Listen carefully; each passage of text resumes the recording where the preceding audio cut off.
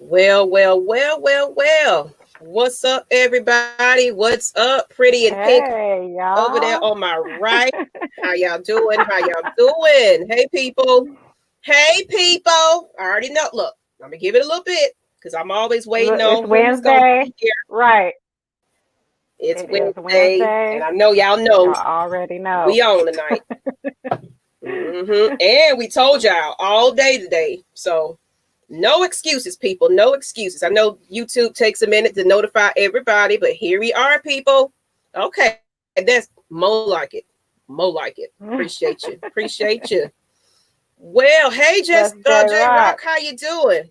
How you doing? First one in the dough. How you doing? Go ahead. Hi, turn J35. Appreciate y'all tuning in. And go ahead while you're Hey, waiting on hey. everybody else. Hit that subscribe button as well as share this link because this was about to be a good episode. Get It's about sure. to get real. And me and Nikki is trying to get to 400. Man, this has been the longest 400 goal we've had. It's been over My goodness. months. Hey, Facebook user, you're going to tell us who you are, okay? Because we don't know. So put your name. Anybody that's not showing a profile, definitely put your name in the chat. But let's That's get probably to because it. they're in the Let's group. get to it. They're in that group. Yeah. All right, well, people, let's get to it. So tonight, hey, look at everybody coming on. Nasia Ponder. Hey, y'all. Hey, Hey, Billy Billy. Porter. Hey, how y'all doing? All right. And of course, the phone lines are open tonight. But let's go ahead and, put on our, who we are. Lust Exchange for the people that's watching on Mad Mike Sports. You still probably don't have a clue. Like, who are these ladies? Why Right. does it come on? It is not sports related. Oh my God. But hey, Oh, we're wait. here. So, all right. So let's go ahead and get to introduce who we are. I am Miss Maggie T.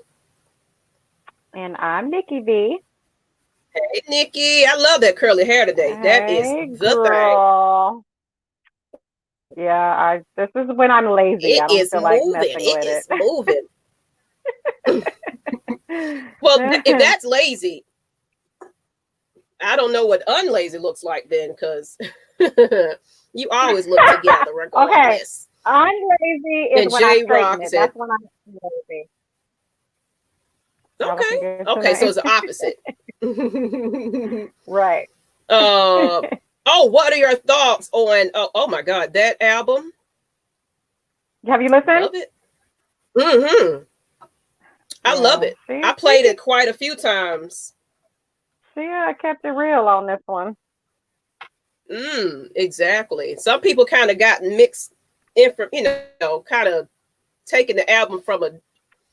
Some people are just not in tune to people relaying messages and the purpose of this album. So people are taking quotes Mhm. from her and putting it out there like this is a reflection of who Jasmine Sullivan is, and like I'm like, come on, people. The point of this is pretty much y'all check that out. Do the backstory, look up to see the reason behind this album, and just tune in because I love me some Jasmine Sullivan, and she never disappoints. So thank you Right. for And that, she people. just kept it Hello, real. Y'all Michael. can't be mad at real. You just can't be mad at that. Everybody Exactly. can relate to And that because go ahead. that song she did with Anderson Paak is fire. Look, the whole album is awesome. Mhm. No, I would say Michael Kelly. He was saying hello, or Michelle Kelly. I could be. Oh, I see Okay. a guy. Never It's mind. Sorry Michael. about that. Sometimes people be Not spelling their names Michelle. all different. My bad, Michael. My bad. Uh, But let's go ahead. You ready?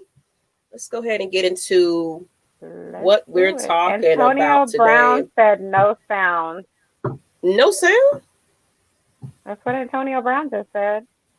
Can y'all, everybody else in the chat, can you hear us? Yeah, can y'all hear us? Both of us? Now, now you have to click on the video sometimes for it, or actually they can hear us. So I think it's just you. If you're on Facebook, sometimes if you click on the video itself, there's a volume little mute button thing that pops up. I think. I don't know Yeah, how you that might works. have that on. Yeah, so loud and clear. I feel a sec. I'm like, I'm not talking to myself. and, And we normally don't have audio issues, but please let us know if you can hear loud and clear. Perfect. Right. Big yellow, sir. We didn't see you last Hey, show. Big Yellow. Mm-hmm.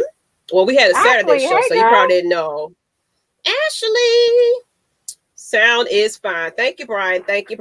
Okay, but let's go ahead and do it. I'm going to put the phone lines up because this one, I already know this is going to be an episode. If anybody don't see the advertisement on this one, I should have put the picture up there, but I didn't think about that.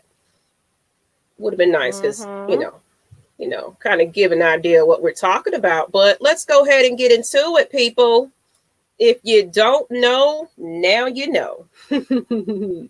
So the topic of tonight is when you have an absent parent, you spend your life searching for that one, trying to fill that void from your love interest. Why did I put a question mark there?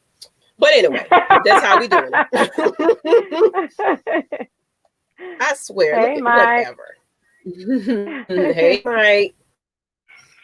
How you doing? Hey, beautiful Ashley. Appreciate it. Danny Crane. Okay. Yes. Okay, so let's get into it. So, people, I know y'all could probably relate to this. Go ahead and put your hand in the chat if you can definitely relate to absent parents. I can. Yeah. Yes. We don't got this time for this, Antonio. This is not the show for it, but I do got on my hot shirt. Mm-hmm. Uh-oh. All right. So that's the opening topic, but we definitely want to kind of Lush exchange. That's what we do. We educate. We not only are we talking about something, we're going to learn something from today. So let's go ahead and get into what is child abandonment syndrome. There is a thing there, people. Let me go ahead and get my definition up. Nikki, did you have anything you want to add to that, or it's all you, boo? Do what I do. It's all me. All right. Abandonment child syndrome is a proposed behavior or psychological condition that results primarily from the loss of one or both parents or sexual abuse. Abandonment may be physical. The parent is not present in the child's life, or emotional. The parent withholds affection, nurturing, or stimulation. So basically, it's not necessarily that the parent is actually not physically in their life, but it could be. And then we're going to get into that because we definitely got a key point for it. But when that parent is there, but not there. Yes, Lord. Yes, there we go. We doing it today. We doing it today, people. We're doing it there. Today. We're gonna try to act like we have some sense tonight. Yes, somehow it always goes left, but we're gonna act like we have some sense tonight. Today we are. Today, maybe tomorrow. You don't know what we're gonna have. The shenanigans always rendering his head. I'm telling you. Hey, ladies, Jessica Styles, I see you in there. But let's But what do you think about that, Nikki? Abandonment syndrome. I mean, of course, we're not going to go deep into it because it's just a definition, but your thoughts on it. Yeah, my thought, this I definitely have, and this I have definitely carried over into my relationship. With my father not being in my life like he should be, I definitely try to overcompensate because I don't want to be left. I don't want to be left again. So, and when it comes to relationships, if I'm serious, I'll add that disclaimer, because if I'm not serious, I don't care. But if I'm serious and my feelings are involved, I'm gonna overcompensate because I don't want you leaving. So I want you to stay. So I'm gonna do everything I can, to make sure. And I realize it's not healthy. It's the wrong, reason to do it or whatever. But I'm a work in progress. What can I say? Hey, aren't we all? But that's why I appreciate Lush Exchange, because if you're tuning in for the first time and you don't know what Lush Exchange is all about, yes, we cut a fool sometimes. Well, pretty much half the time, but we keep it definitely 100 with everybody, and it's real life experiences. So we're not just throwing things at you from what do we read off an internet article or something like that. It's true things that we've experienced. And hey, Mom First always. If anybody caught our show Saturday night, Ada. She made a definitely appearance. So y'all go ahead and go check out her channel. She offers inspirational, motivational videos along with fitness. She's doing a challenge right about now, where I think I forgot how many days she in. You can put that in the chat, but she still got a long way to go. She got to get to 50 something on this challenge, but she's in the 20s as far as posting her videos and her journey and things like that. But she definitely has a purpose behind it if you missed it on Saturday. But appreciate you, girl, for tuning in tonight. But so Lush Exchange is just who we are. We're going to keep it real with you, and I agree with you. I definitely dealt with the abandonment issues. And hey, baby, we don't know who the baby is. You got to tell us who you are. And if you're in that group, you got to let us know who you are. And hey, baby, though, I'm curious now. Hey, baby. Well, so I'm gonna go look now because I want to know. But I definitely also have my abandonment issues. A little bit of my backstory.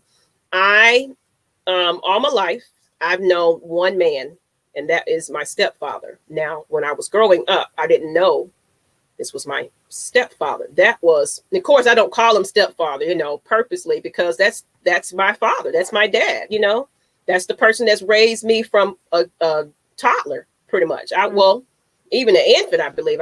She said I was crawling when he met us, but that's all I've known all my life. So of course, I don't feel to say, oh, that's my stepfather. He's not. That's dad, But just to give you guys an idea of what's happening, of course, I found out very late on in life that I had a biological father at the age of 19, people. I was pregnant, and a relative decided to call me that was actually blood relative of mine. And she decided, hey, you know what? I don't think your mother's going to tell you this. So, and I think that you need to know your family history because you are with child. And I know, Nikki. Wow. So that's why I said this story is going to hit me today, people, so, and you need to know your family history. Only right? Because from what I know, the father I've always known is the father I know. So I'm basing it off his genes. I'm, grandparents, all of that. I'm basing it off of that family history. But she said, no, I think you need to know. And I'm not going to put you out there, but I appreciate you telling me that because I wouldn't have known, to be honest. I mean, to this day, I don't think my mother was going to tell me. I don't think so. So, basically, but it made sense. Like, I'll get deep into it a little bit more, but it just made sense of how the difference in treatment was. It was like, okay. But like I said, I'll break that down a little bit later. And, so yeah, I could definitely understand what that child abandonment syndrome is. And it definitely affected how I moved through my life, just kind of getting that type of news. It's like you when you get news like that to that age, you're questioning yourself, like, who am I then? Right. The whole time I've been living this life like I know who I am. So it came to the matter of trying to find myself at this point. Like, I don't know who I really am. Do I know you even, Mama? Do I even know these people over here? Who are you guys? I was upset at my mom for quite some time too about that, and I've grown from it, of course, but yeah, that hurt me to the core at that point because it's like, you're lying to me, Mom. How could you do that to me? So, and Facebook user, that is her natural hair. Yes. So, and what was my initial reaction to the news? Oh, I cried. I absolutely cried. I got into a shell of myself because, for one thing, I'm emotionally pregnant, so I'm hormonal. I just couldn't believe it. I was just like, you're lying, right? You absolutely. And to top that off, people, I found out I had another two siblings that I didn't know nothing. Well, no, like I said, I'm gonna get into it, but the story gets a little deep, people. And just know that you can't be lying to people. You know, my hair, yes. Yeah, she's talking about you, not me. Yes, That's her this is natural definitely hair. my hair. That's my natural That's hair. my boo Thank you. Tiana. That's who that is. Yes, ma'am. But let's go ahead and get into the next portion of it though, because I'm ready to go ahead and tell my story. So Okay. I'm ready to get into this conversation today because it's gonna get good, people. So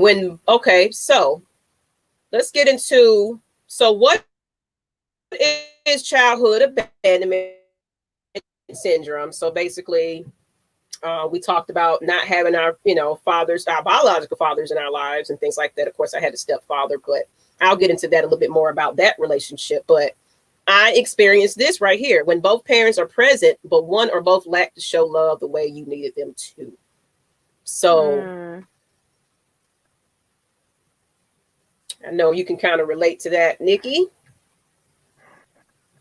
Well, both of mine weren't present. Am I still breaking up? Can you hear me good? Yes, no? Okay.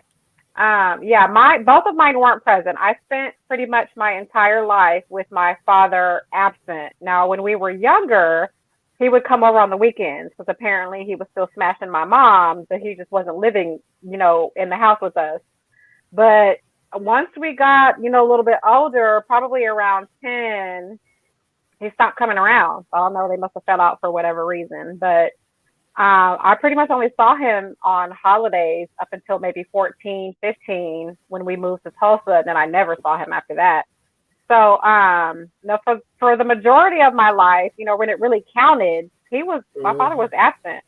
My mom had boyfriends here and there, but he was pretty much gone. So I didn't have both parents there. So I don't know which one is worse, not having one there at all or having both, but one of them or both is not giving you what you need as a parent. Like I don't know which one's both. I don't know which one is worse. What I meant to say. I've experienced all of it, to be honest. Like having both parents, the stepfather, mother, and the fact that she portrayed me and just the way she acted towards certain situations just showed that who she put first.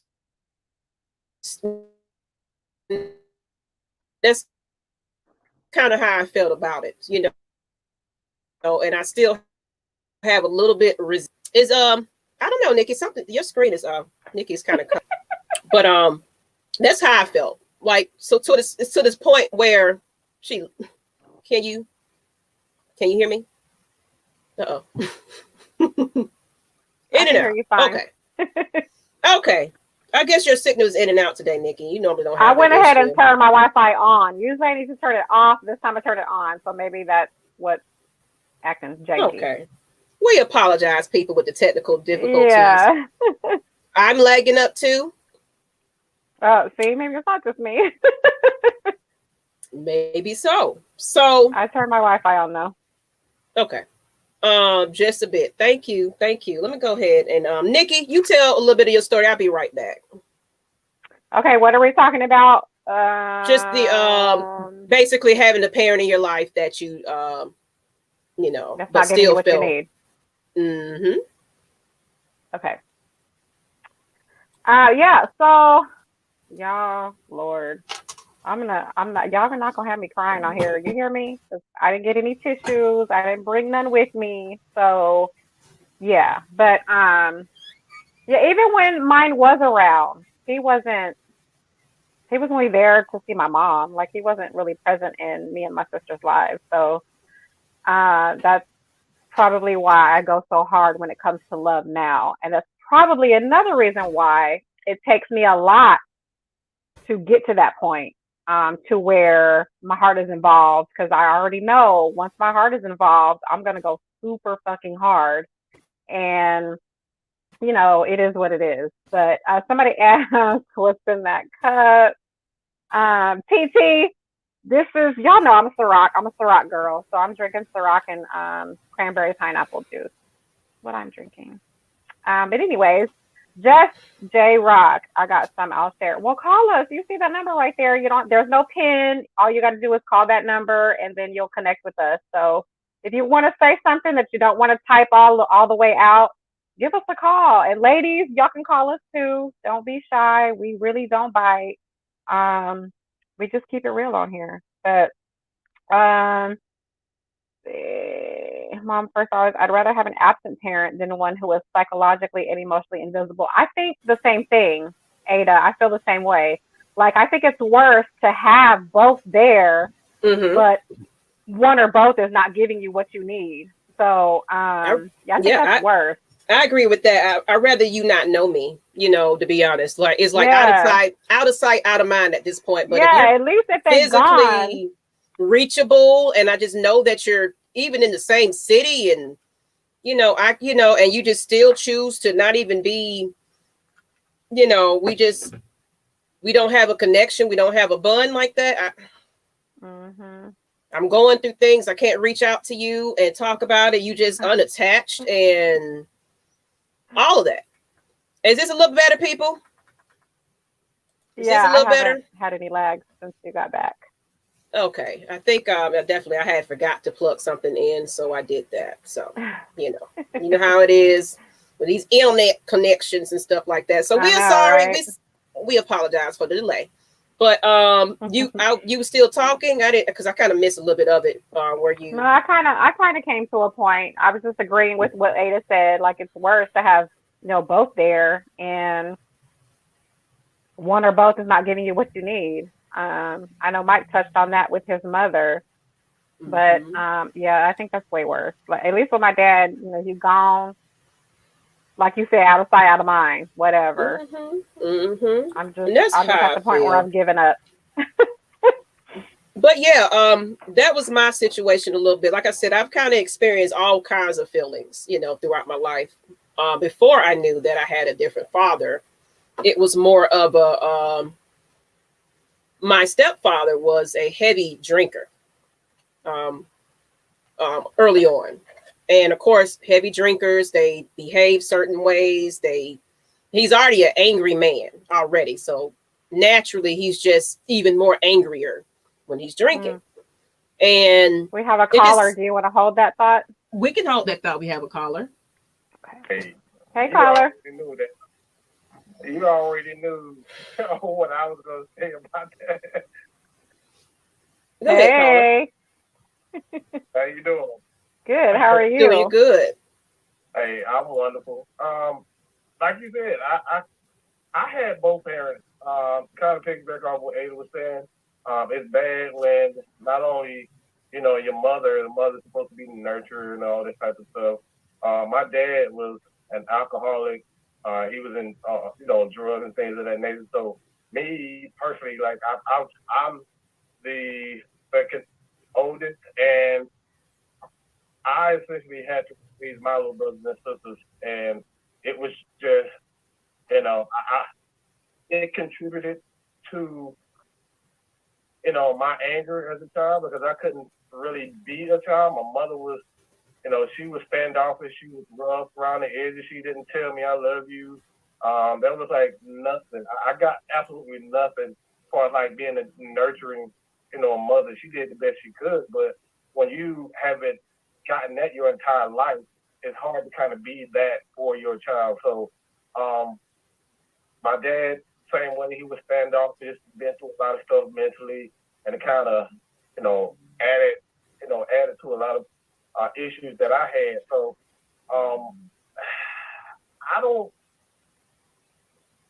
I think I came to a period where I just stopped. I think I've come to a period where you just have to forgive, both parents for their transgressions and just let it be. I think a lot of people just want to hold on to that pain, but it's just, it's better off. You find out it's better off to just let it be and let those parents, let yourself be free and, just let them off the hook, because we all searching for some type of, belonging, and a lot of times no one can give that to you but yourself. So me personally, like I said, I've never really been close to my mom at all. It's like really no type of love whatsoever. It's just, okay, I'm the son, she's the mother, and that's it. No type of relationship. So sometimes you just gotta let it go and, forgive both parents, or, one parent for what it is. And you be your source of your own, your own healing.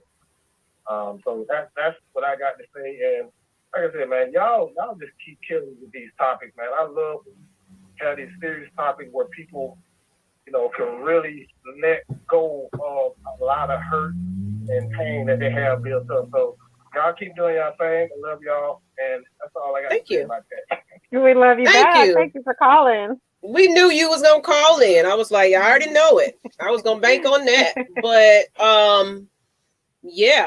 and that makes a difference when it's your own mother.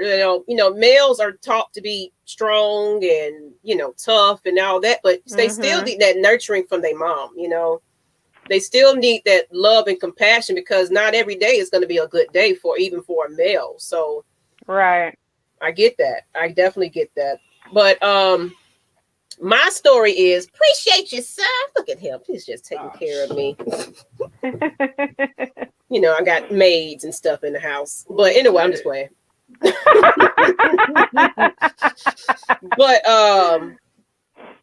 But basically, what I forgot where I left off at. He was a heavy drinker. Okay. He was a heavy drinker then. Like he was drinking like big things of vodka and orange juice all day long type of deal. Damn. Yeah, I remember, the cocktail and everything. And he was already just an angry, mean person. Naturally, that's just who he is. He had a tough life. I get it.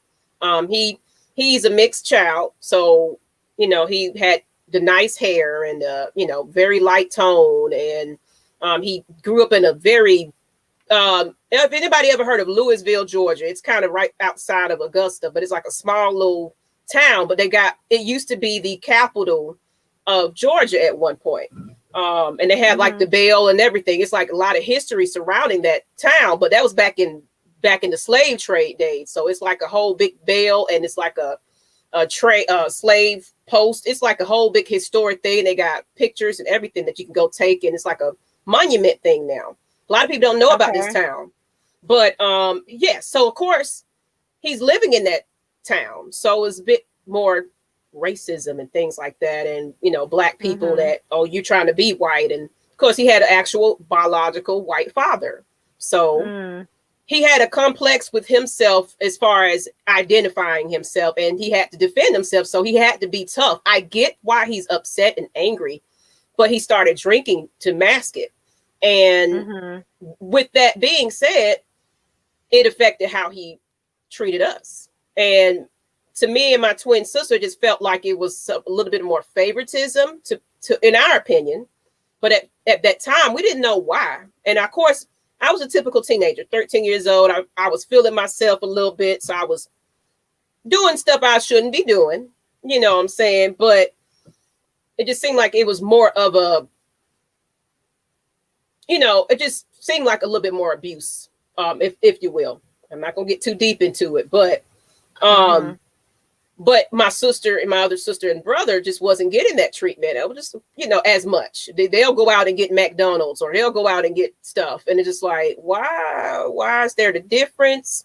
Like I said, I found out later on that I had a different brother and sister. I'll get into that later, but I had a family that at that time, I didn't know was my blood family. So this is how crazy my story gets, people. I have a brother that I now know is my brother, but at the time, it was a family friend. We went to high school together, so she's my sister. So yes, you could play as children together. So I played with my brother But of course, when it came to them going on family bonding trips and things like that, of course, we wasn't invited. So long story short, we didn't have a true bond like that. We were just like, that's the family friend. Okay, whatever. Turns out, when I found out at 19, this is my biological blood brother, people.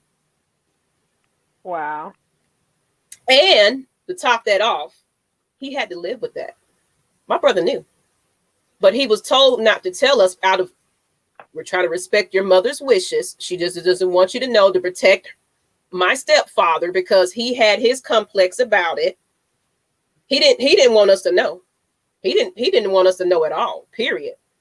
How you doing, Facebook user? Appreciate you. If you're in the group, let us know who you are.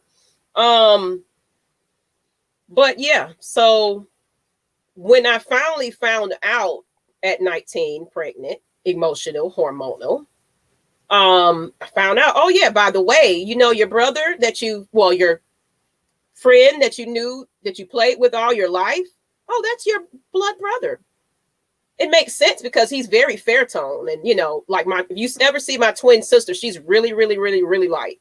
He's really, really, really, really light, like him, like her, etc. It just makes sense. And to top it off, oh, you have an additional sister at that, but we can't find her because the mother, because of course my biological father, no, he wasn't. They wasn't raised by my biological father. So I'm glad you asked that question. No, they wasn't. I don't know what it is, but my mother just picked them, you know. I love her to death, but she picked them. And this man, my biological father, was also he was Army veteran, PTSD, bipolar. I don't know what was going on with this man, but of course, drug addict, drunk, in and out of prison. Papa was a Rolling Stone, basically. Let's just say that. And no, he didn't have a relationship with any of his children that he created. So his my older sister, I can't say her name. I'm sorry, I don't want to say her name, but my older sister mother decided, I don't want nothing to do with any of that family. So she kind of pulled her away, So but a cousin of mine was like, you know what, I'm determined to find this sister of yours. And we found her finally through some things and that we did and everything else. But I'm telling you, if you ever see my twin sister, it's funny, we're twins, but we're fraternal. So, but they look more alike than I look like my own sister, my own twin sister. The funny thing is just, it's uncanny. Wow. But when we finally saw pictures we finally found her, and she was just like, of course, she was taken aback too, because it's like, she does also have other siblings from her mother. Her mother also had children. So she was taken aback, like, wait a minute, what is going on? Because, of course, she knew somebody of her, in her life, she has a stepfather herself. So she was well off, she had some people in her life. But it was like, we was all learning this at this, around the same time. And it was just like, whoa, what in the is going on here? Wow. But I understand why my sister's mother was like that, because my dad wasn't no good. And he still isn't no good. So out of sight, out of mind. Like, it supposed to have been where we were supposed to have been meeting up. He finally was like, oh, I'm so happy that and oh, I just want to have a relationship with you guys. Instead, he wanted to bash my mom. Then it was supposed to be, he was claiming him, he sent us a little bit of money trying to, I guess butter us up a little bit. And then it supposed to be, okay, well, okay. Okay, let me go ahead and I guess maybe he's trying to have a relationship. This is when I'm older now. So, I'm a little bit mature. I can understand it at this point. So I was like, okay. Now, of course, I wasn't trying to let the kids meet him or anything like that, but let me, at least meet the damn person that made me. Right. He ran. The day that my older sister, that I'm finding out about, my twin sister, the day we supposed to be meeting this man, guess what? He wasn't even there. So at that point, that was my closing point. I was like, you know what? My kids don't even know, I keeps it real with my children. They know, because I'm not going to do that like my mother did. I'm sorry. I keep it honest with my children when they're old enough to understand what's going on. But I'm going to let you know, this is your family history over here. You know what I'm saying? This is who you are. I don't want to do that. I'm not going to blind my children. So they understand what's going on, but they do definitely know that stepdad is granddaddy. You know what I'm saying? That's your granddaddy. Please believe, because guess what? This man is in our life now. He got his life together. He stopped drinking. Hallelujah.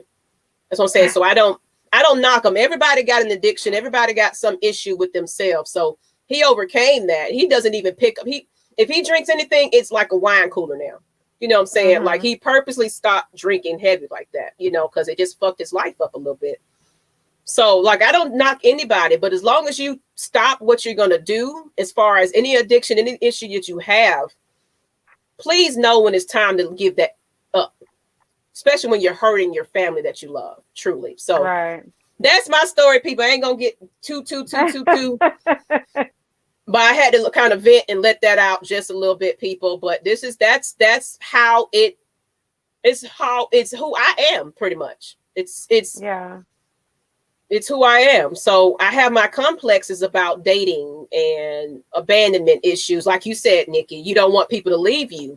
And of course, my first real relationship, I stayed a little too long because of course we got kids. He was cheating on me, but I was like, you know what? I don't want to be, alone. I don't want to be I don't want to be a parent to children and don't have a father in their life. You know what I'm saying? Like that. So he got insomnia, amnesia about all of that. All that kind of, what you're talking about. I wasn't cheating on you. Okay. Yeah. So I'm just lying, right? But he's gotten better though. He's a great father now, but that was because we was high school sweethearts. We jumped right into it. Then fresh out of high school, boom, kid. So you know how that goes. You wasn't ready. We trying to live a life and live together, and we wasn't ready. So I just call it teach. It was a teaching lesson for me. I learned something from it. But go ahead, Nikki. I done ran my mouth, and I had to vent. Let me sip my drink, honey. I mean, admittedly, for me, Mike touched on something very important, I believe, when he called in and he was like, you have to forgive and let that hurt go. Admittedly, I have not made it there yet. When it comes to my father, I have no understanding. I just don't. I'm sorry. And if I don't understand, if I don't comprehend something, I can't just go along with it. I have to understand first. And I feel like the only way I'll have any sort of comprehension on why you've made the decisions that you've made when it comes to being in your kid's life. I'm your first child ever. I have no comprehension of why you're choosing. As far as I'm concerned, you have made a choice not to be in my life, not to be in my sister's life. Now she's a little bit more hardcore with it than I am. I want to understand. I would like to move past it. I would like to have a relationship. She, however, is like, no, fuck you. I don't ever want to see you. I don't forgive you. I don't want to have nothing to do with you. I don't want you to meet my kids, blah, blah, blah. Me, my mind is like, I want to fucking know. I want to know what happened or what the reason is for you to not want to be in your kid's life. I get you with a new woman now. I don't even know if you're still with that woman. I don't even know if I have brothers or sisters, from hits that he made after the fact. I don't know anything. But ever since 2014, I've just been done, and I'm not there yet, and I would like to be, but I need to have a conversation because I have questions and I want those questions answered. But right now, I'm too stubborn to be the one yet again to reach out because I feel like I shouldn't fucking have to. And you shouldn't have to. That's how I feel about it. It's not my job. Fuck you. We have a caller. It's not my job. And look, I'm about to get my tissue, girl, because this finna be that episode today. I'm about to caller going. Let me go get me some tissue. But I need to have a conversation. You're gonna have to turn your sound down. But right now, I hope it's not echoey like it normally do. Yet again, to reach out because I feel like I shouldn't fucking have to. And you shouldn't have to. That's how I feel about. Okay, I'm gonna mute. Yeah. Start it over. I was a little angry. On there. Start it over because I think it's that phone line again. Start the call. Unfortunately, yeah. Okay, they hung up. Okay, start it over. You know how it gets like that. I think that's just whatever the way the glitch. But yeah, what I was saying is, I don't understand. I just don't. Like, even when we were trying to mend, we were communicating, we would call each other. You know, he would tell me about shit that went on in the past that I had no idea about. And I'm like, oh, wow. You know what I'm saying? We would talk. And then, you know, I'm at the happiest point in my entire life. I got engaged for the first time ever. I'm getting married for the first time ever. I'm your first child. Obviously, I want you to walk me down the aisle since we have a relationship now.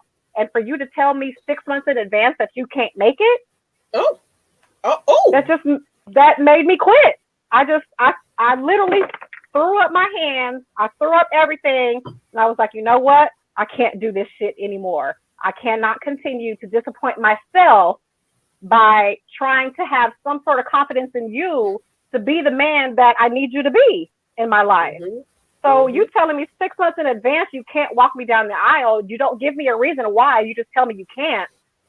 I had no understanding, and that was just the last straw for me. So even with all of that, it's fucking 2021 now, and I still want to have an understanding. I still want to know why. You need some closure. I want to know why you chose not to be in my life.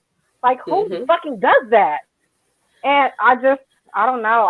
I'm not there. I'm not there at the forgiving stage. I'm not there. Somebody that just doesn't want that responsibility. They're so used to, like, you know what? I ain't got to worry about it. Because sometimes they blame that person, or people look into, like you said, something happened between your parents to where, okay, I don't want to fuck with her no more, then fuck the kids and all that kind of stuff. We can't do that, people. People be getting so upset and angry with each other. The kids are affected by it. You can't, I don't care what's going on in your relationship together. If y'all can't be together, so be it. And you guess what? It was kind of like that with my first relationship. You know what I'm saying? I was bitter. I was upset. And I kind of wanted to get back into Derek's comment because we didn't read it. Then we'll get back to Mike. Yeah. Sorry about that, Mike. At least most of y'all have stories where the life dynamic isn't all the way wrecked. And some of y'all are. No, I wanted to go back to what he said earlier about, here we go. That's what I wanted to get to. For myself, grew up with a unique set of challenges, and I came to a conclusion that the absent parent was embarrassed by how my life was early on, developed or lack thereof. So you felt like that parent abandoned you because of your, challenges that you were having. And that's deep. That's deep. And you can go ahead and highlight back the comment you wanted to highlight, but I just wanted to put that out there. I'm going to go back to his second comment. At least most of y'all have stories where the life dynamic isn't all the way wrecked, and some of y'all are willing to mend family and make amends. Well, we try. Like I've given up on that. I would like that, but I'm not going to be the one to initiate it. I'm stubborn as fuck when it comes to shit like that. I've been the one to try. And then after being let down that last time in 2014, that was just the straw that broke the camel's back for me. I was like, never again will I allow you to have the chance to make me feel like this. I will not allow it. Not again. That's how my biological father felt. Because I'm telling you, he was sending me and my twin sister letters. And it was just like, oh, I'm just so glad we connected. I'm happy about this. He was sending money. He was like, I'm so ready to meet you guys. And you look just like your mother. And just making us feel like, you know what? I think I can do this. I'm like, then of course my mom like, well, have them, I think we was living somewhere else. So we had our mail sent somewhere else because I think it was going to my parents' house at some point. Then we directed to the letters to my house because my mom was like trying to hide the letters. Let me read them.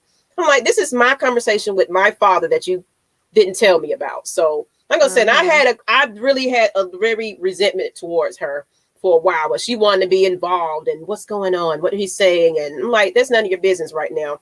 But you didn't give me that opportunity to, know my family. So he's reaching out. That's how I was feeling at that time. But he pretty much was a dumb fool at the end of it. He was manipulative and made us feel like, oh, okay, maybe I get to know who my biological father is now. I know. And he fucking ran. So that's why I'm so huge on your words and your actions. There you go. I need both. I don't want to have to choose between words. Okay, you telling me something, I can trust you and I can believe you, and leave it at that. No, I need to see your actions matching your words. I shouldn't have to choose which one to believe. Like you say one thing, but you do another. No, I need both of those to match, not one or the other. So whenever we did have a relationship, it was, oh, I love you so much. I think about you every single day. I'm so proud of you, blah, blah, blah, blah. And then you do this. And it's been 7 years since I've spoken to you. Those words and those actions aren't matching. So I don't have any more energy. But it still fucks with me. Admittedly, it still bothers me because I want to know. I have questions that I want answered, but I won't get them. It looks like because I'm not going to be the one to reach out. I'm not doing that shit again. I think. Go ahead. I was going to read Mike's comment. Hey, I don't have an understanding of why I'm always the target of her anger. I just am. It's a fight I'll never be able to win. I'm cool with that. See, I wish that's at least you have some sense of peace that you've come to accept that, and that you're just like, that's what it's going to be. That's just what it is. I haven't reached that yet. I don't understand. Well, I could say in Mike's situation though, she's holding some inner struggles herself. She's struggling within herself, and she's still probably haven't pretty much I don't know if anybody was kind of seen Lush Exchange is going to start doing motivational videos and things like that, and I put out a video about how to make you have to make yourself happy. You can't expect anyone else to make you happy. Absolutely. And when people are like that, they haven't forgiven. What I said in the video was you have to also forgive yourself. You have to forgive yourself for how you act, how the things that you do in your life that create who you are.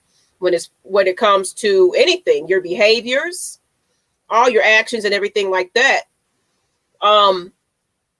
Yes, you did it, but have you learned from it? Have you moved on from it? Have you forgiven yourself, and have you let that go and say, you know what, I'm going to be a new person, and moved on from it? Some people can't accept that or admit that, you know what, I have a problem, and they can't.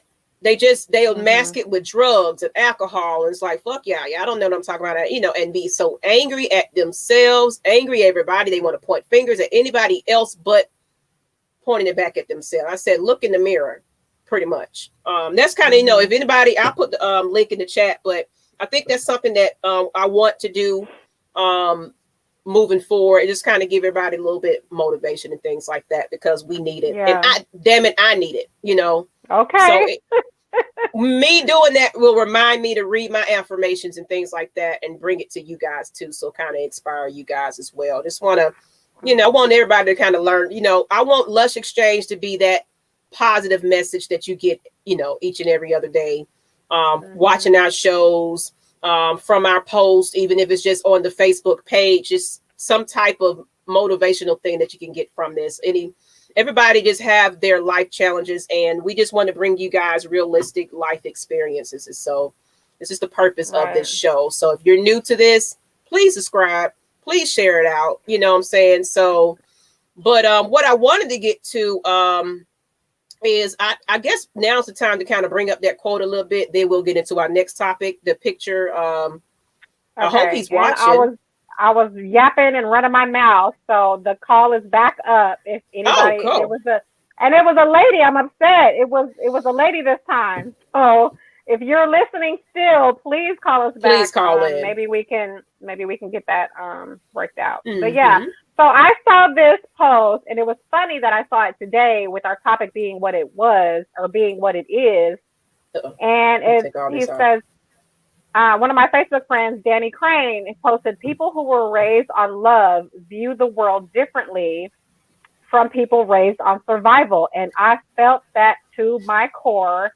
And we're going to have to pause that because we got a caller. That's why I brought it up, because I knew. Still has the sound up loud. With our topic being what it was. We're still having an issue. Do they have to stop watching the video and then call us? I don't know. I think it's just the phone line. How about this? Let's do the link. Phone line. Let's do the YouTube link. How about that? Now, I don't need everybody to hop on, but let's try this, because if that phone line is not going to work for us, I really want, because this is a great show. That's why I brought it up. Yeah, it's not going to. Hello? It's not going to work. Unfortunately. Okay, so caller, if that's you on the end, thank you. Okay, so I'm going to drop the stream link. So what you can basically do, once you join the stream, you don't have to show your face. You can hide your camera. Yeah, you can hide it. And you'll be able to still speak to us, okay? We're just going to have to do it like that. We'll try that. I apologize. If you're still in the chat, please call us. Get this link. I don't need everybody jumping on at once, though. So we're going to do it one at a time. Give everybody their chance to call in. Co-host today. Oh, we're going to have some co-hosts today. Let's do it. We're just going to have to try that, Nikki, because that thing is just never reliable. So this is the link to join us on the stream here.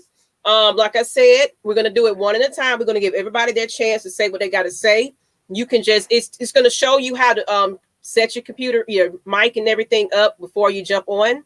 But you can hide your camera if you don't want to show your face. But if you want to show your face, feel free to join us and be a co-host.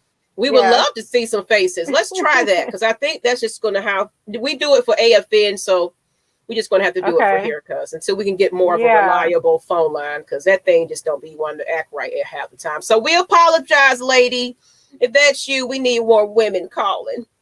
I know. I was like, it's a lady. I can hear her. I want to hear what she has to say. But let's put that back up, though, while we're waiting on somebody to get some boldness about themselves and hit that stream. Well, I have a call. Let's see if they have their video uploaded. We do it for AFC. So no, it's not going to work. It's not going to work. I'm so mad. Unfortunately. I'm going to end it so people don't keep calling. I'm sorry. Okay. So, yeah, it's this topic. Oh, y'all. Ooh, y'all. Let me tell you, I felt this to my core, because with my mother being a single mom, raising my sister and I, she worked her ass off. And admittedly, she made some things harder for herself, you know, when she decided to quit her government job, move us from San Antonio to Tulsa, where we knew nobody. You know, that shit was tough. But before that, her being a single mom and hustling the way she did is the major reason why I have the hustle in me that I have, because I refuse to put my girls through some of the shit that I lived through as a young kid, like homeless shelters, being homeless, being bounced from house to house, being hungry, you know, all that shit. Going through that as a kid myself made me, once I got of age, like I've been working since I was 15, have never stopped. And just that whole experience made me the hustler that I am today. And I done lost count on how many side hustles and jobs I have now, because I refuse to put them through the shit that I went through. So it is a difference. I feel like, I don't know, like maybe I would be softer and maybe more nurturing, maybe, if I was raised out of love instead of out of survival, because my sister and I were absolutely raised out of survival. It was just my mom doing it, you know. Even when she did remarry I was really young when she remarried, but he was shit, you know. He beat her. I had to watch that. So she was pretty much her by herself. So if she had, you know, boyfriends or whatever, that's just what it was. There was nothing serious. Nothing, nobody living with us, you know, helping her pay the bills, you know, whatever. Once I turned 15, I started working. I'm the one helping her pay bills, not another grown person, but me being in high school. I'm paying the bills at home now. You know what I'm saying? So I felt that to my core, because I sometimes wonder how different I would be if I grew up in a more loving, nurturing home, compared to us pretty much surviving, and that's it. I mean, I could take from that quote, especially about that survival part, especially like you said, just kind of home to home, city to city, that type of thing. You have to learn how to survive. So you got to protect yourself. You're losing friends. So you don't, you know, you can't trust people. You don't know people. You got to get to know a whole different person. It's just, especially if you're living in poverty and things like that. So it just wasn't the right atmosphere for you. You just had to learn very quick how to protect yourself. And, you know, sometimes you live that rough life and you lead a rough life, you know, just you got to watch your surroundings because you don't know where you're laying your head at sometimes. So it just depends on how people are raised. I definitely agree with that statement. And I think that's going to, you know, it's kind of leading into our next topic. And people, don't be afraid. Don't be afraid. You can just click the link, hide your camera. We don't, you know, all we're going to be doing. If you don't want us to see you. You can hide it because, and then all we will hear you is on audio. So we're going to get this together, you know. Hey, sometimes trial and error. But Right. I definitely want to go into, it's kind of leading into what we want to talk about next. So it's kind of about that. Basically, how does it affect both sexes differently? So we're back to the leading topic again of about child abandonment and not having that having an absent parent not in your life and things like that. How does it affect the opposite sexes? You know, it sometimes it can, of course, men are who they are, so they're going to handle it a certain way, or you just never know. It's just different, you know. So this is going to be a little touchy topic right here. But of course, I did the science, you know, the definition version of it. So of course, I always do that for you guys, and then we'll break it down to how we feel about it. But so basically, with women, basically, as with like depression, they kind of have eating disorders, low self-esteem. The absence of a father can trap a daughter into a negative, repetitive pattern she can't easily break out of and turn to drugs to self-medicate and help numb the pain. She is more likely to be promiscuous, so she's a little bit more sexual. And it's just kind of a cycle of substance abuse, for example. So basically, they're saying that she's a bit more sexual, and you know, I mean, I'm pretty sure people can kind of relate to that. Like I said, this is just what I found. So it's saying this is not what we're saying is the definition of what happens to people. Everybody got their own experience. Everybody got their own life, but that's kind of what they sum up as far as females. They have like repetitive behavior, and they, like you said, the lack of, you know, the abandonment. So you're seeking somebody to kind of be that father or being that male presence, being that, you know, that love, you know, because we are emotional creatures. So we want somebody to love on us and provide that sense of wholeness and completion and someone being there for us. Because sometimes when you're in that type of, you know, when you don't have that father figure in your life, you're missing it. You know, you're missing that, you know, that just that fatherly bond that you know, you don't have, especially if mom is kind of not together herself and she's dating all these people and she's bringing them over and you just don't have that connection with them. That can affect you as far as your relationships with men altogether. So of course, I want y'all to put some in the chat. Let me know if you agree, how you feel about that. But as far as the men,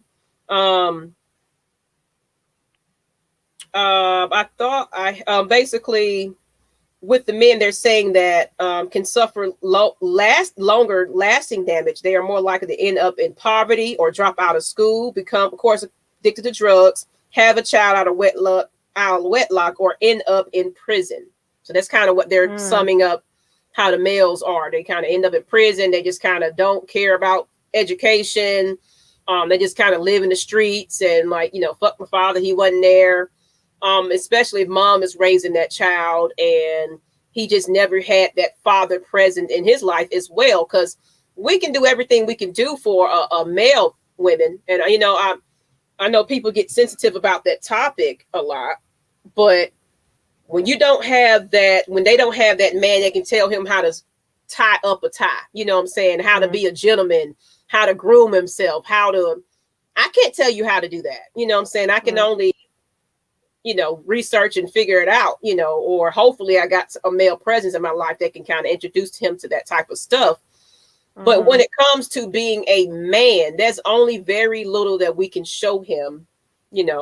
Sometimes you just still need that male in his life to kind of just, so I'm not saying that you can't raise a man. Yes, you can. You absolutely can raise a man, but still in the back of his head, do you think that not just having that, hey man, I can't get this haircut right, I can't get this beard trimmed up right, or a girl at my school was, just especially with hormones and things like that, he don't know what's going on with his body, puberty, just things like that. Us women, we know what we know about our bodies, but you know what I'm saying? So hope I just speak it to, y'all leave some chats in the comments and let me know, how do you feel? Can a woman? Yeah, y'all quiet right now. I think this is definitely a tough topic for everybody. So it is. What do you think about, like, when they say, and this can go either for a lack of a mother or a lack of a father, what do you think about that automatically making that person fail because there was a lack of whatever they're missing? Like, I guess what I'm trying to say is, can you be in a successful relationship even though you may have not have had that example of what a healthy relationship was? You know what I'm saying? So like me, for instance, I'm real big in trying my fucking hardest not to repeat the cycle that I saw growing up. Mm-hmm. So just because I didn't have an example of what a healthy relationship was growing up, does that in turn mean I'm automatically destined for nothing but unhealthy relationships simply because I didn't grow up with that example? I don't believe that's the case. I don't believe I'm automatically destined to fail just because I didn't learn it from my mom. Because I think people have a lot of different sources of motivation, education, whatever. You have more than just your parents. So I don't think that's a good, for me, I don't think that's a good excuse. Well, I don't know how to love because my mama didn't love me. Or I don't know how to love because my daddy didn't love me. I don't know how to be in a relationship because I didn't see my mom, I didn't see my parents in one. I don't believe that. I think it's a cop-out, honestly. So how do you feel about that? I agree. And I've met some very educated foster home, people that just was, of course, they had just a different type of upbringing, but man, graduated, did what they needed to do. It just takes them, the mindset of that individual person, to be honest. So like you said, you didn't want to carry on that, what's happening. Like, let's say grandma was like that, mama did it, and you just trying to break that thing, what I'm saying, that curse that's on your family, and you try to break out of it. It's people, hey Ian, I absolutely agree with you. I don't think that your family life and what you came, how you was raised, and that's an excuse. Now, if you make it as your crutch, I didn't have my mom in your life, and I ain't, that's why I'm so fucked up right about now, and you continue to live like that because I'm an alcoholic because shit, my mama was an alcoholic. Okay, that's a choice at that point. But there you go. Did she put that drink in your hand though? You know what I'm saying? She did not. Did she give you them drugs to take? The people you surround yourself and everything else, that was your decision. That's why I said in my motivational video, it's you. You take responsibility of who you are as well. You just can't point fingers at everybody else. You have to point fingers back at yourself, because at the end of the day, you are you. You are your person. There's no excuse. There is no excuse. We have to break the generational curses. Absolutely. And that's my friend Diane. Yes, boo, we do. And you have to make it a conscious effort. You have to put in the work, because Well, I mean, why would you just want to concede like that and just let your circumstances dictate your life and the life of your kids? Like me, I was like, fuck that. I'm not repeating the same cycles. I'm not going to put them through the shit that I went through. So, I mean, at some point, you have to take responsibility, and you have a choice. You have a choice. Absolutely. So yeah, I don't agree with that. I just feel like I just wish people would break out of that, because I hear so many stories. Oh, well, you know, it was on bound to happen. How I am, because that's how my mama was. That's how my daddy. Because guess what? I could have been a raging alcoholic, and I could have, you know, and this is my story.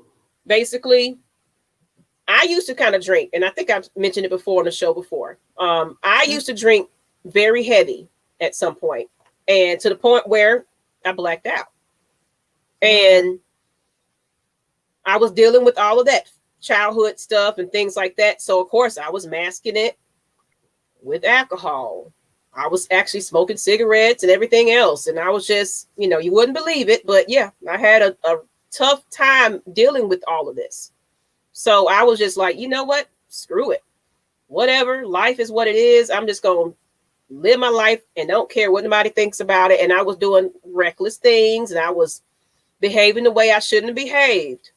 And at that time, of course, I knew about my father. At this point, he's a drunk, other drunks, you know, like I just knew that in my family it was like a lot of alcoholism and things like that. So it's like, yeah, that's right, I guess it's in my, you know, in my blood. But I had to stop doing that to myself, because it was to the point where everybody else is partying, having a good time. I'm upstairs because I'm toe up. Yeah. You know, and it's like, that's embarrassing for one thing, to be like that. And it's like, I shouldn't be carrying myself. I'm a lady. You know, I can't be drunk and falling over and acting, you know. I'm just saying, thank God gave me a strong mind. Yeah.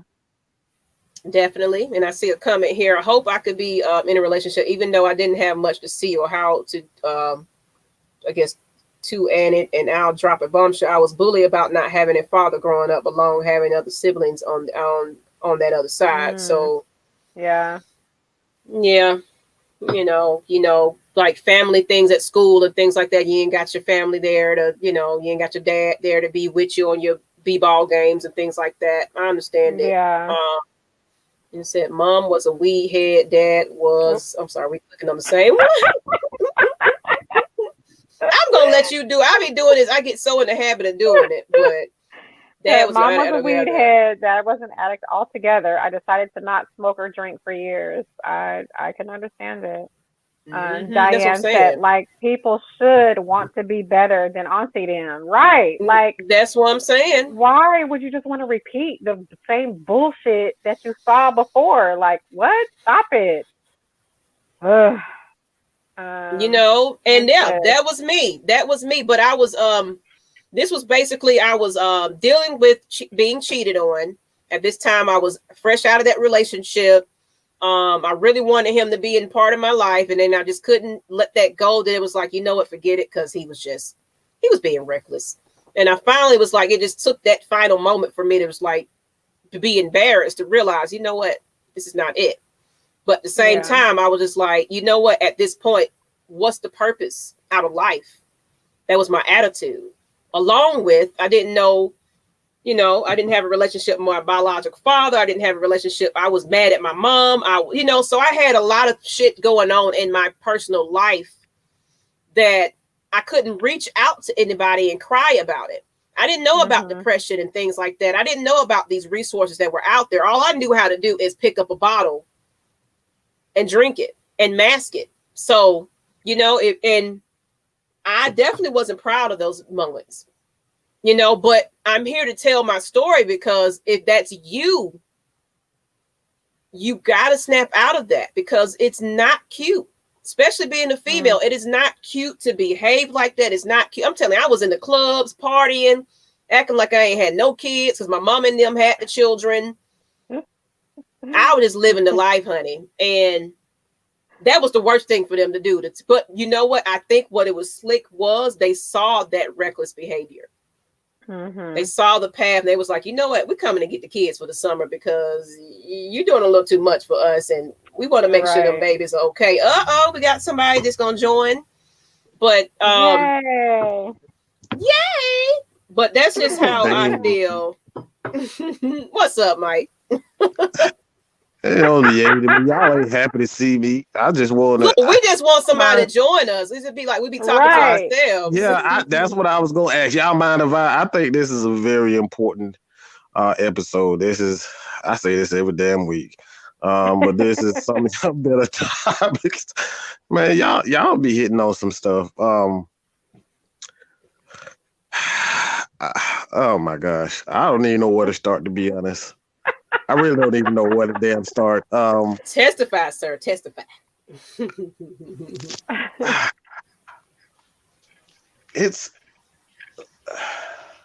Where should I start? Where should I freaking start?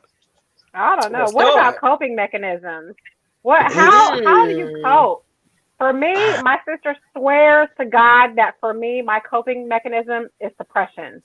She says, like, a lot of our past, she'll be like, you remember blah, blah, blah? I'm like, no, that didn't happen. She'll be like, what? You don't remember? And I'm like, no. She was like, I swear to God, you just suppress shit and you have this ability to forget about it. And I think that's my coping mechanism. My coping mechanism is push shit down so that I don't remember it. And there's a lot of shit to be like, oh, you remember blah, blah, blah. I'm like, no, I don't remember that. She's like, so, I mean, everybody has their coping mechanism. Maggie's coping mechanism was the bottle. My coping mechanism was fucking forget. That was my coping mechanism. So, I mean, you cope different. Everybody copes differently. Absolutely. Well, I think my coping mechanism was more so. It got to a point. It was 2 periods for me. It was a period where I was trying to, probably in middle school, where I was just trying to, be the best student. And good God, was I was the damn best student. I was on the road. I was, believe it or not, I was just like the perfect kid. Never got in trouble on the road, but I never got any like, okay, all right, you did a good job. Hell no. It's like, all right, yeah, you made the other roll. And that type of stuff. So that type of stuff really affected me because I'm the type of person, especially for my mom, like that's something that you expect for a mother to give you some type of, affirmations. My mother is not that type of person that just give, affirmations freely like that. That's just who she is. Like I said before, that's something that I've just learned to deal with. That's just who she is. I can't force her to change. And that's the thing that, we have to come to an agreement, with ourselves, is that you cannot force anyone to change. You have to, unless they want to. That's the responsibility. That's not your responsibility. So that's how I can sleep, for me, personally. But another, and I'm kind of almost embarrassed to even say this, but I used to steal like a mother. I was steal any motherfucking thing. I was steal pens. I was stealing, football cards, baseball cards. Anything you left around me, I was trying to take that shit. I was trying to steal everything. Stealing and fighting, that was something I was doing. Right? So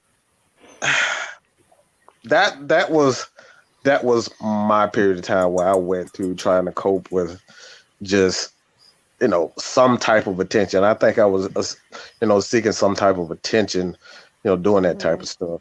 And that's how I cope with things.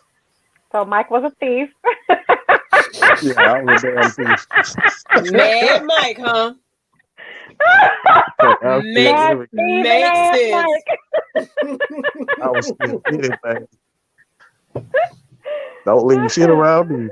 Do not leave anything. Oh, I used to can't stand them damn kids, man. And you were damn one of them. Lord have mercy. Oh man. But hey, we got so, it. We got to admit Ian's to it. comment. My mom, I guess this has to be fuck, and dad was a crack addict, and I'm glad I'm not like them. R.I.P. Dad. It's been 14 years. Wow. Yeah. But elaborate. I'm glad. Like, we can't allow what our parents, who they are, define who we are. Like, we are our own individual persons. If you use that as your crutch, and it's like, yeah, I mean, my mom was a fucked up person, my dad was a fucked up person, so goddamn it, I'm a fucked up person. No, see, I don't. That part didn't click in me. I'm like, no, fuck that. I'm not gonna put my girls through the shit that I went through. I refuse.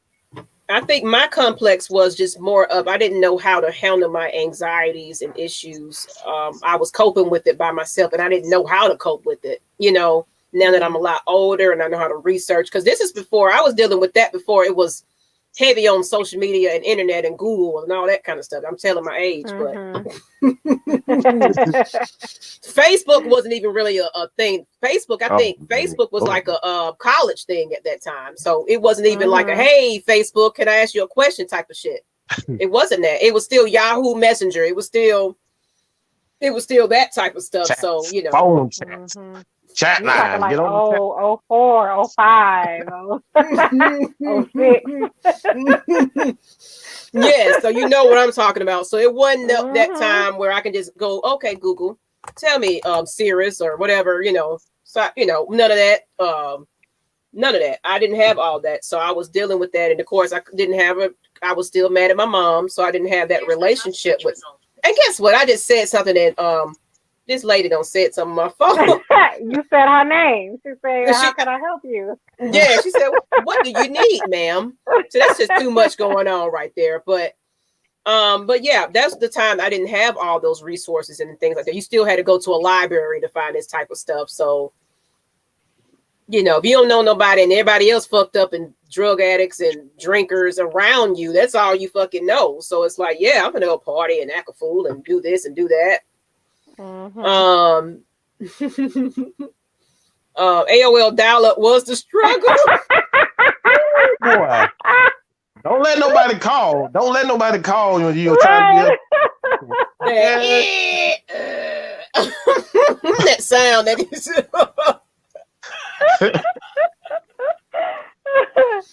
Oh my God. Absolutely. But we are, it's an hour and 17 minutes up in this thing. So we definitely got to jump into, we don't got into deep into this conversation. And we were trying to get the phone lines to work. You want to try it again? I just want to open it up, and no, I don't. And nobody want to get on the stream.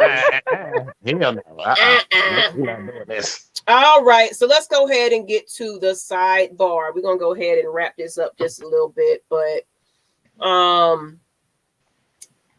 basically, go ahead and get that.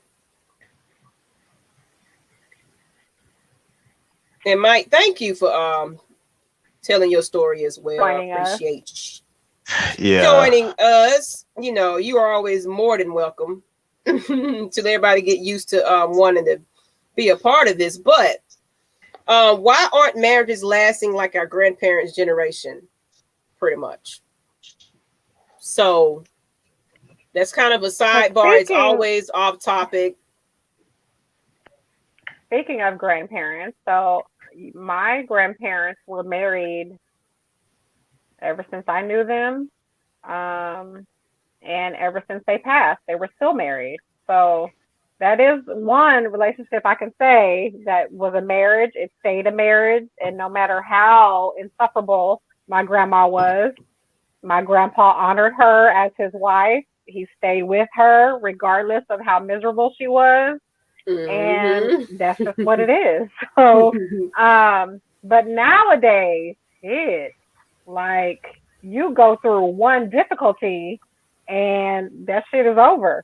Everybody's getting divorced, and I can't really speak because I'm divorced myself. So, I don't shit. What y'all got to say? Hell. I'm gonna say what I gotta say, but I definitely want to get into Ian's comment as well after that. But I feel like right now, this is the age of the social media. Everybody's life is on social media. Everybody is influenced by what's happening on that thing.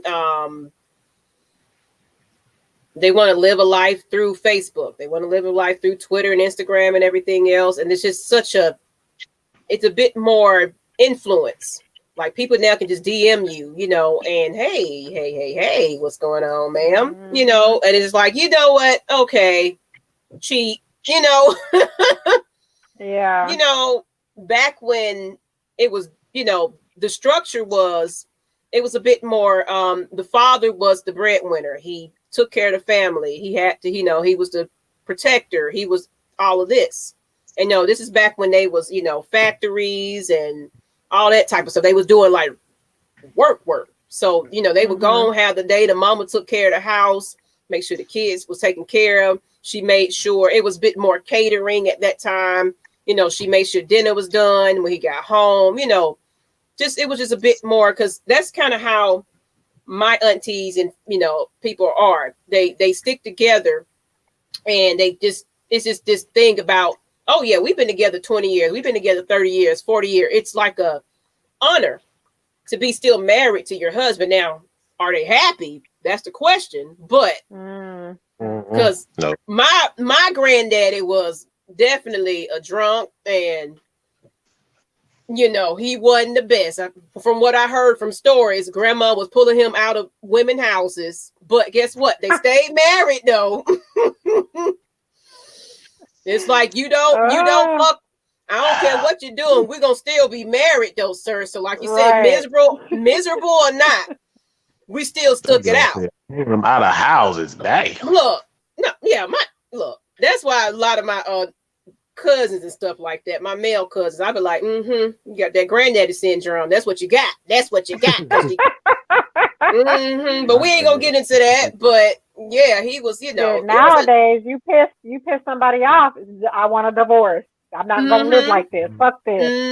It's over with. I don't want to work it out. But you know what? Another thing is though, when people got married then though, they was really married because they loved that person. They really wanted to be with each other. And for one thing, you really had to know somebody, because it was before the telephones. It was before, so you really had to go on dates. You had to go, really get to know each other, because like that little interaction that you got is what you got. You can't be like phoning her up, hey, what you doing tonight? He got to bring his ass over there to come see you, and that's how y'all gonna interact every day, or smoke signals or whatever you was doing to communicate. But that presence in that moment was everything. So of course you're gonna take her on a date. You're gonna court her, and then of course it was a bit more respect. Then you had to, especially for the male dating a woman, he had to meet the parents. He had to come in. Hey, ma'am, I'm introducing. I'm interested in your daughter, and I would like to take her out sometime. Is that okay? So of course you got to get through daddy. And he got to look at you like, are you a right man? And how you go, So it still had that respect factor as far as dating and things like that. So it meant more when y'all finally got together. It was like, okay, this is the lady I want to marry. This is the love of my life. And we get married. So shit, y'all stick together, because y'all worked hard for that. Right. You worked entirely hard. Everything is everybody just get married because they want to. It's instant gratification. That's the mindset of everybody right now. Instant gratification. Everything is so microwavable. Like you want something right now. If it doesn't happen right now, you done. You don't have the patience or the endurance. It's like instant. And then there's so many options too with social media and dating sites. It's just so. We got somebody else joining us. Hey. What? Do you want to be on screen? We're finna bring you on. I'm excited. He gonna hide his camera. Perfect. Okay, we're gonna bring you up, Francis. We bring you up. Appreciate you. So we got a guest in the house. How you doing, guest? Okay. Hi, Francis. How you doing? Hello, can you hear me? Yes, Hello? we can definitely hear you. Okay. Hey, I'm pretty good.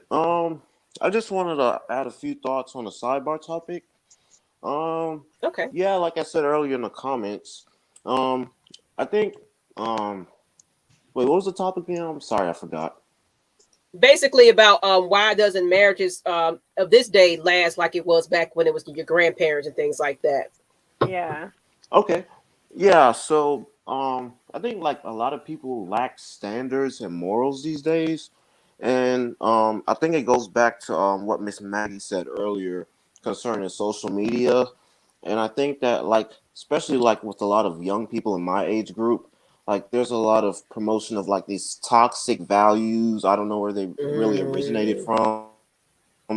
Now that everyone's kind of on social media, everybody's kind of adhering to this advice, and it's like as you said, like back in the days, like a lot of people were meeting people in person, but now since everybody's on social media, everybody's just kind of like trying to like take heed to this advice, but it's like nobody's really kind of I guess looking to have like real world physical interactions. They're kind of like prioritizing that advice they get from these social media influencers, whatever, and they're not really prioritizing like those physical, real world interactions with people where you can kind of get a more accurate impression of what a healthy relationship should be like, if that makes sense.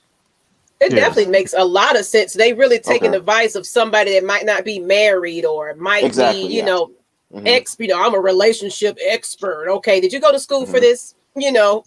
Yeah, exactly. Taking And advice from the Kardashians and whatnot. Yeah, and I really don't like social media, honestly. I mean, I'm on there, but I really don't post anything about myself. I really try to preserve that for like interactions where I actually meet people in person, because I feel as though it makes it more genuine. I don't really kind of like to give like a phony impression of myself.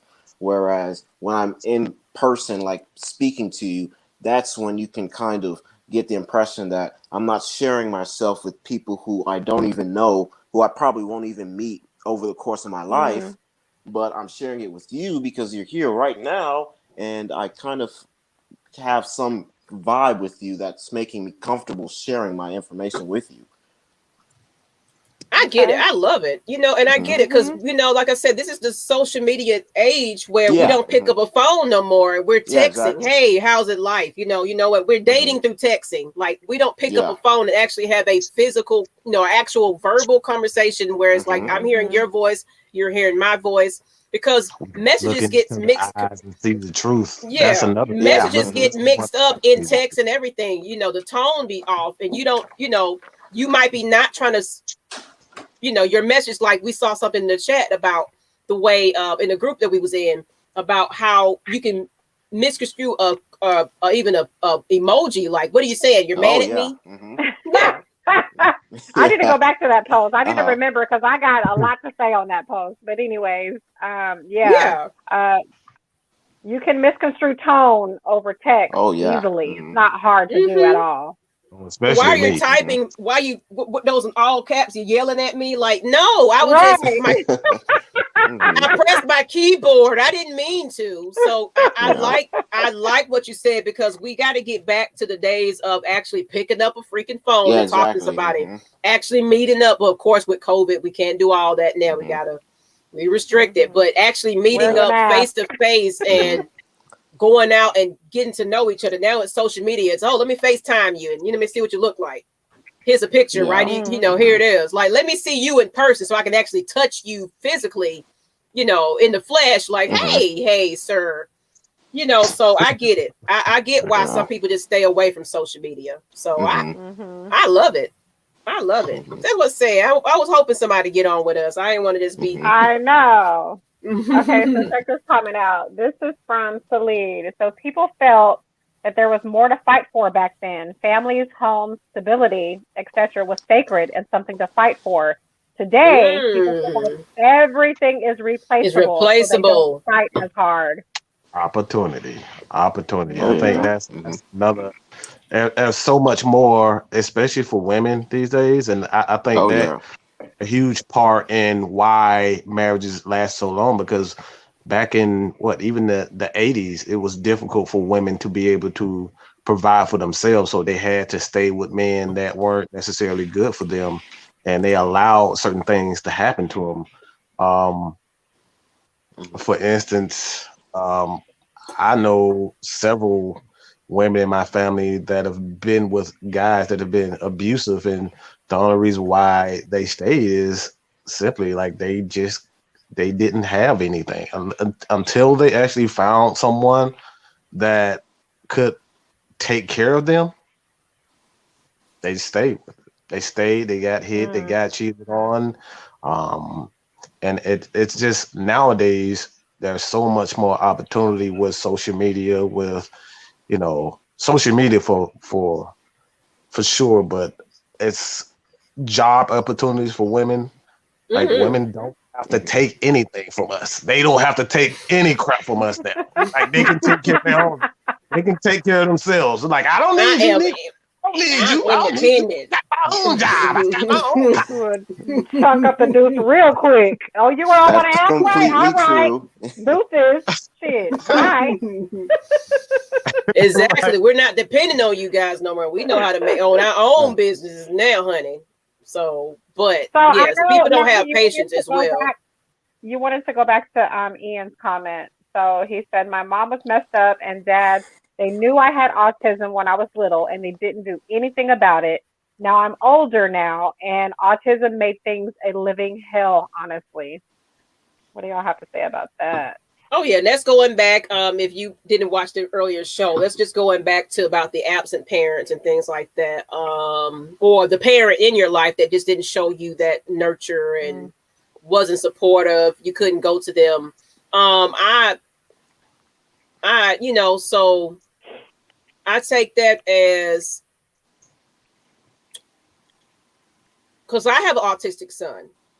Now we both, even though the father in his life, he was a mess when he was young, but he matured up. Cause like I said, we was high school sweethearts, but, thankfully my son didn't have to experience that. You know what I'm saying? Like we love our son unconditionally, you know what I'm saying? Because it's like, you can't help how you were born. So I'm not going to take that out on you or treat you a certain way because you might have a different, you have a delay or something, you know what I'm saying? Like, especially with autistic children, you just they have to have an extra love and support. Especially with my son, he has to have that one-on-one, or he's just all over the place. So you have to have those parents, you have to have those people in your life to kind of help you understand what's going on with you, and I'm sorry to, that you had to go through that. And I'm pretty sure it was a living hell for you. Cause I'm telling you, I mean, being that I am a mother with the autistic son, I definitely understand that, because people don't understand it. Sometimes they do look at my son and, they don't want to say it, but it's like, he's a little different, he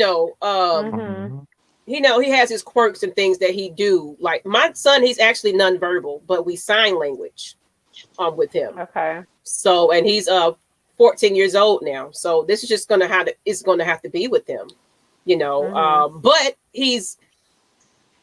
but with the right school and education and things like that, he's not where he used to be, where he can get up, put on his clothes and eat and, do what he needs to do for himself. But I know that he's going to have to be dependent on us for the rest of his life. You know what I'm saying? But that's something I have to accept. But you just got to have those loving parents that understand that and everything. So I definitely can definitely understand where you're coming from that. When you don't have that support system and you also don't know what's going on with you, that can be a living hell. I definitely get it. So, I do hope that it's gotten better for you. But hey, message me, if you still got, talk to somebody about it, because I definitely understand that whole autism thing. So, but I love that you're able to speak and, you understand what's going on with you, Right. That's truly amazing, actually. So, dealing with society, they chew me up and spit me out, and they think it's normal to treat people like that. Yeah. I get it. I get it. You know, that's kind of something I have to deal with myself. Like I said, they just kind of look at them and just like, you know, and that's why I'm so private about that. Like, I don't take my kids around everybody. I really don't. Yeah. I'm very protective of my son in that sense because you know, it's just certain people that just are very inconsiderate. They don't care. Very. They will say anything, and like they don't know when you're actually hurting that child. You know what I'm saying? Because kids, because they don't Yeah. understand what's going on. They just think, oh, what is this? You know, it's just a phase. No, he definitely does have a delay and things like that. So he does, you know, have things that it's going to be different. Right. People don't accept different. I had something similar to that. I don't know about autism, but me personally, And look at like I that, you said, know, you just hanging with us today. Thank you. Thank you. Go ahead, Mike. Maggie can tell you that I have issues with just multitasking and just my attention span is like really. I have to be reminded of a lot of things because my mind goes so fast and like I'm all over the place a lot of time. Like even when I'm working, doing the show, I'm doing a billion things at once. So for me, I had that issue. Teachers actually used to call me. It's like because I couldn't catch on to a lot of things at the pace that normal kids did. No, the rest of the kids did. It took me a while, so I had to have that one-on-one with teachers. So um, I was called slow. I was called stupid. I was called all types of things. You know, so during in high school, that for me personally, it now that I look back, that's the reason why I kind of fell back. You know, as far as like trying to do good as far as my grades are concerned in high school. I just stopped giving a damn because people didn't understand it. I didn't understand what was wrong with me, and now that I have a greater understanding of what was wrong, you know, I'm able to deal with it. But it took me a while to get to understand it. Yeah, definitely. I definitely understand that. And Ian, I know that's tough. I definitely know it's tough. You know, your family laughed at you. Oh, they call me.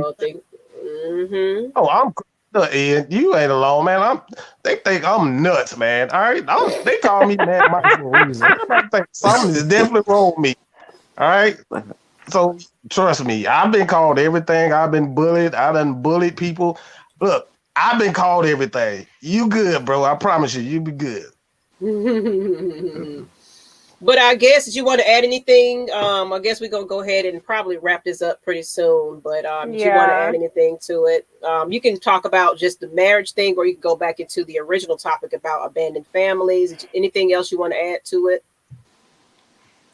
I mean, from my point of view, going back on what Mike said, as far as being criticized for, I guess, being different, I think that just goes back to people kind of just being narrow-minded when it comes to like understanding or trying to come to the trying to understand something that's different. I mean, it's kind of easier nowadays to kind of relate to something that you can relate to, but when it comes to, I guess, like something that's different from yours, from your circumstance or predicament, it's easier to criticize it rather than kind of try to understand what that person is going through actually. Right. That's right. That's why I feel like with autism, people just don't understand what it is. You know, they think it's just a regular, like it's not what autism is not like autistic people can be geniuses. They can be extremely smart. Extremely smart. They might have a talent that is like no other. I mean, I know autistic children that are musicians, and you know, my the kid's dad, his brother, may he rest in peace, this man can read a road map. He didn't need GPS. He knew the map like that. Like it was in his memory, embedded in his memory. So they have talents like no others. So they have some type of strength. So it's just because they have a delay in some things. Because my son, he does like little hand gestures and things like that. So to them, it looks like it's, you know, something else or anything like that. But this man is smart as heck. Like my son he can hide things and hide it too good to the point where it's like where that thing, and he know exactly where to find it. And guess what? He finna go right to that area and find exactly where that thing at, because he got that memory. So it's like, Yeah. this is where it's at, because you knew. And then like he used to get to the point where he used to steal snacks and he'll put it on his pillow. And like you would think he don't know what's going on, but he be like, yeah, I got that thing under the pillow. I know what I'm doing. So they know exactly what they're doing. They know, it's just, but that's my baby. That's my heart and joy. So I definitely can feel for you, Ian. So, if you got to reach out, just reach out. If you need to speak to somebody about it, because I definitely understand all of that. But that's the end of the show, people. I don't have an aftershot set or anything. Nope. I know. The aftershot guest is basically you can just kind of, this is if you got a business, if you want to promote yourself, this is where you can do that. Or if it's something that's just you want to talk about that's nothing related to what we've already talked about, he already jumped off. But basically, Mike, since you the guest, you can go ahead and give your aftershot, because I don't have an aftershot right about now. So I'm going to be off the top of the dome. Aftershot. What is an aftershot? I don't even know. I'll say this. Well, I was going to say, while you thinking, go ahead. Yeah, y'all, and I'm talking to my fellas. It is 2021.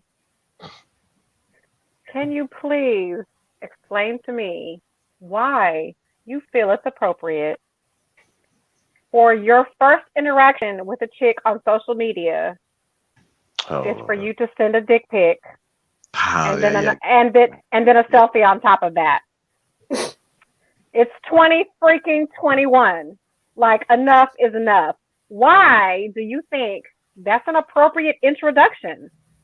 Especially if said dick looks like an anteater. Like, why? I'm not understanding why. Like, look at say that. Does that actually work? Mike, you crazy, man. Like, you send the dick pic and then you send a selfie behind it. Like, does that work for you? Does she respond with, damn, I want to try that. What's up? Like, or do you keep on doing it because it doesn't work and you're just going to keep on trying until it does work? Like, I'm just trying to understand where you're coming from. Like, why is that an appropriate first interaction? Like, no, hi, how you doing? Just dick pic and selfie. There you go. And then it's not even appealing. It's not even appealing looking. Like, why? Why? I need to know why.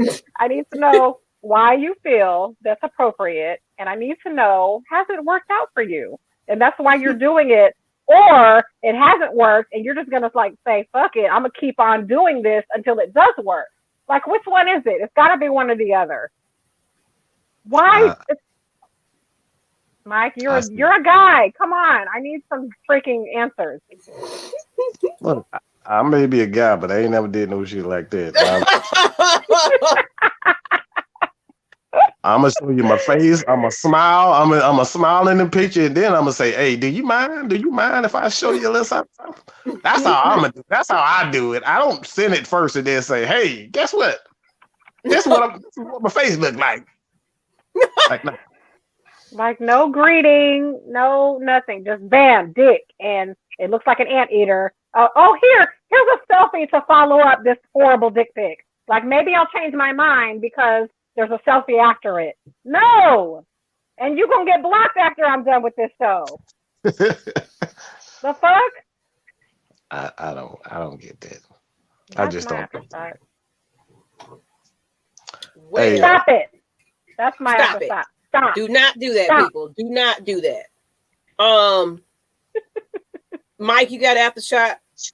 yeah, I actually do. I'm gonna go back to what 2 weeks ago when you girls had that Buy 45 shirt on. I just want to say hallelujah, hallelujah, hallelujah, Out of there. hallelujah.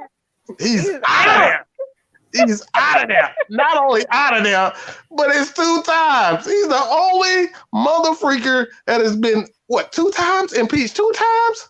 That's terrible. Fired. You fired. He fired. All right, you fired. All right. Golly, how you get it 2 times? That man is banned from everything. Everything. You only got a week left. You have 1 week left. How trash are you to be put out of your position and you only got a week left? And he's not That's getting a whole his new pension. level of trash. He's not getting his pension. He's not getting anything. So it was just like, hey, look, oh, bro, all you had to do was shut up. You would have had your pension. You would have had everything. Just shut up. That's it. And you couldn't even do that. He was incapable. They took away the PGA. They took away your ability to make money from the golf course. So now you're not making money with the golf course. So you all the way screwed up. Like, good God, bro. All the way screwed up. So that's mine. All right, that's my aftershock. Yeah, we're going to re-rock that. Inauguration day or something. Maybe we'll re-rock it then because I've got to do it. Got to do it. Because that's literally next Wednesday, right? Is it next Wednesday? Is it the 20th? Yep. Oh my God. He did say 10 days away. I think that's what he posted. He said about 10 days. I thought it was the 20th. Isn't that he said, well, maybe I'm wrong. I just saw I thought the 20th was inauguration day. I think it was. We should be like 7 days away or something like that. So maybe I'm wrong. I think it's literally next Wednesday. I think the 20th is inauguration day. Okay. Shit, I might get. I don't even drink like that. I might get drunk. Shit. Buy me some vodka. Shit. Maggie, you have an aftershock before we jump off of here? I do have an aftershock. So this happened earlier today. So this is my aftershock. So I am at my job. Of course, I am a supervisor and I, train all my people that are on my staff. Mm-hmm. A particular person decided that because she felt that one of her agents that went to her about a question that because it's her it used to be her project. The lady took over her project. So she reached out to her because it's like, this is your project, ma'am. I'm asking you a question. Instead of answering that question, she decided, Maggie didn't teach you that. That should have been lesson 101. Like basically bad, pretty much not being professional in a professional environment, if you will, about my training skills. But yet, ma'am, I train you as well. So, yeah. No, I was just in my feelings about that, just a little bit. But it's like, but you the one that got issues. You can't even get your stuff together, yet you got something to say about how Miss Maggie trains all my agents. Every last person on that staff, I've trained. They had to go through me. You know what I'm saying? So people that don't moved on to do what they need to do is because of Miss Maggie. But you got something to say. Basically, what happened was that coworker was like, you know what? I'm not feeling this at all. I don't do the messiness. And so she reached out to somebody else and somebody else came to me. It was like, this is what's being said, So, Of course, it got back to me, but it was just like, make sure you take care of what you got going on before you got something to say about somebody else.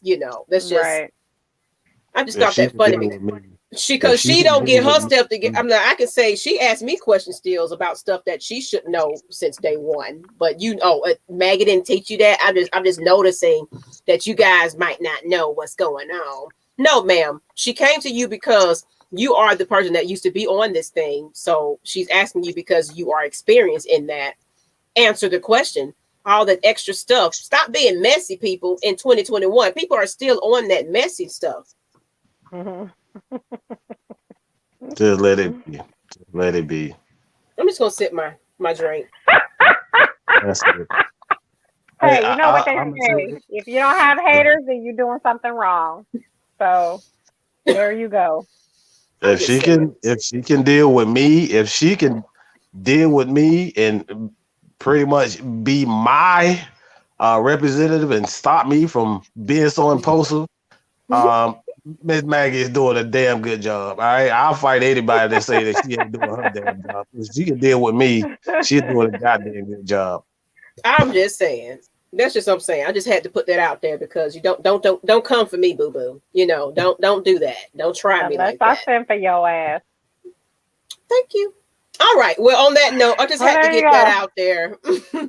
Let me drink and sip my wine and get on up out of here. All right, people. Okay. Thank you, J Rock. Appreciate y'all. Everybody that tuned in, subscribe, share this stream, come back and watch it if you missed it.